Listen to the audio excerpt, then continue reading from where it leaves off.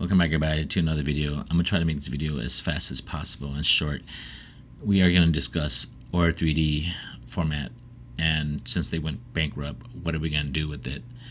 If you're unaware, Auro-3D surround sound format, long story short, the founder, CEO, Wilfred Van Balen, filed for bankruptcy back in June of 2022 as a precautionary measure to ensure its recovery for the company's future. Sources say the Aura Technologies is not completely out of the game yet, so hopefully Auro-3D will make a comeback back into the audio format space. If you don't know what Auro-3D is, Auro-3D is another format such as your Dolby Atmos and your DTS:X. The difference between them is that Dolby Atmos DTS:X is in all your 4K Blu-ray disc or your Blu-ray disc, even in gaming, mostly Dolby Atmos. Auro-3D, as far as the software go, is non-existent, so you can't really find it in 4K discs. You can't find it in streaming. In America, you can't. It's not in the theaters.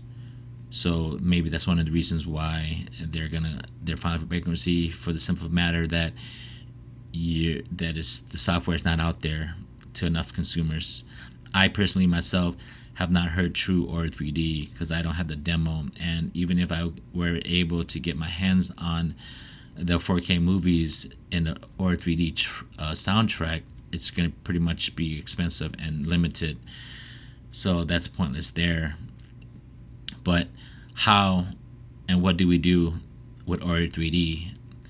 So basically, for those owners of Auro-3D, we use it as a format like THX. If you don't know what THX is, THX Ltd, it's a company that what they do is the makers of an equipment. For instance, let's say the Denon brand, they will send, when they build their equipment, before they sell it to the consumers, they will send it to THX Ltd. And what THX does is that they will run vigorous testing methods to meet the highest performance for that equipment. And then once they do that and it's up to the THX standard, they will slap on the THX certification, and then it goes to the consumer. And then when the consumer gets it, we know that it's got the best optimal performance that equipment can do. And what THX Select 2 or THX Ultra 2 certification, it adds THX listening modes for movies and games. What does that mean? That pretty much means that if you're watching, like back in the old days, you're watching the uncompressed Dolby True HD and uncompressed DTS HD decodes, and when you select THX, it'll take your DTS HD, and when you put in THX mode, is the THX will run off that DTS HD, and when you're in that mode, it's pretty much saying that your equipment, it's going to be running the optimal highest performance that your processor or receiver can do because of that certification. And for the majority of the receiver and processor brands, when you're running in the THX mode, it actually sounds better and somewhat louder when you're running THX. So Auro-3D, yes, it is not a certification, but right now Auro-3D is like the new THX, for the simple fact that there's no Auro-3D content out there, so you pretty much upmixing or running Auro-3D if you want to run Auro-3D. So for instance, if you're going to run a video game, you can run a video game on PCM, Dolby Digital, or DTS, and then upmix it with the Auro-3D format. And if you're gonna run a movie in Auro-3D, you can upmix it. You can upmix a Dolby Atmos into Auro-3D. But for video games, you can only upmix in Auro-3D if you're running PCM, Dolby Digital, and DTS. So if you did not know, Dolby Digital and DTS is compressed audio. So even if you're upmixing that in Auro-3D, it's still compressed audio. Now, Dolby True HD and DTS HD is a lossless audio codec which supports up to 8 channels.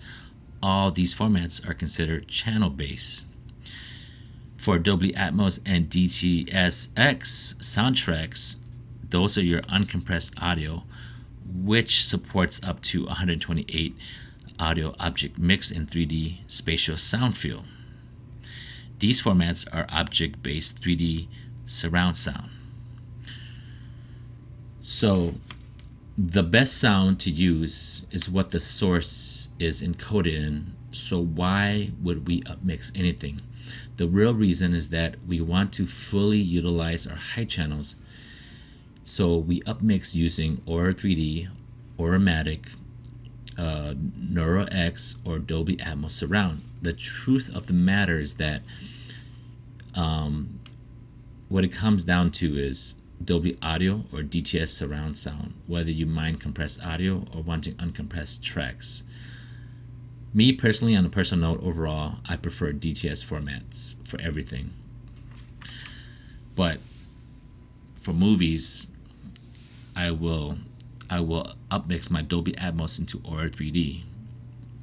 And the whole debacle is that the way tracks are mixed, for instance, Dolby Atmos, right? You would think that, well, if you got Dolby Atmos, everything should be suffice, because you got a movie, a 4K movie that's has a Dolby Atmos track. You got your high channels on top.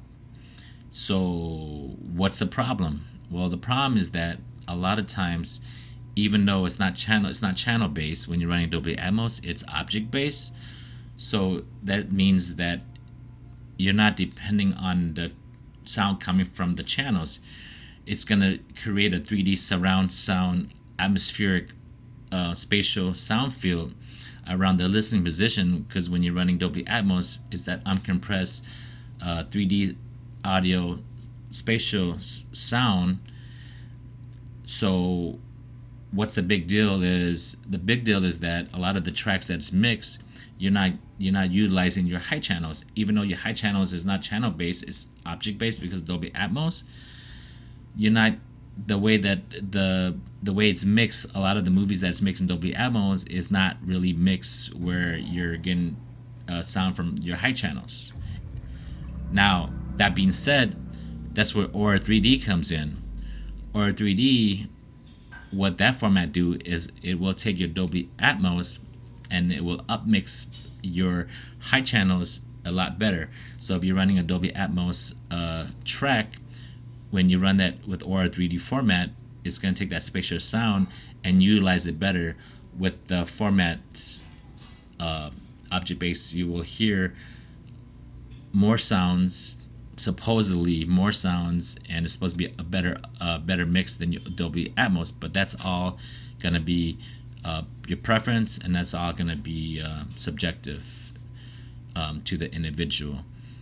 As far as I'm concerned, when I run my Dolby Atmos movies, I always have it in Auro-3D, just for the fact that I can't really tell the difference as far as the spatial awareness of my high channels.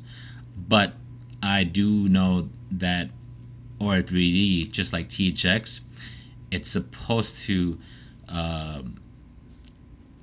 optimize the highest performance of my sound. So that is why I use Auro-3D as far as movies go. Now, for gaming, just for information, DTS-X is what I prefer for video games. But for movies, Auro-3D all the way when I'm running Dolby Atmos. So that is pretty much it for this video. You guys have some questions or anything, comment below. That pretty much wraps it up. Thanks guys for tuning in. I'll catch you guys in the next one. Hooded Dragons out.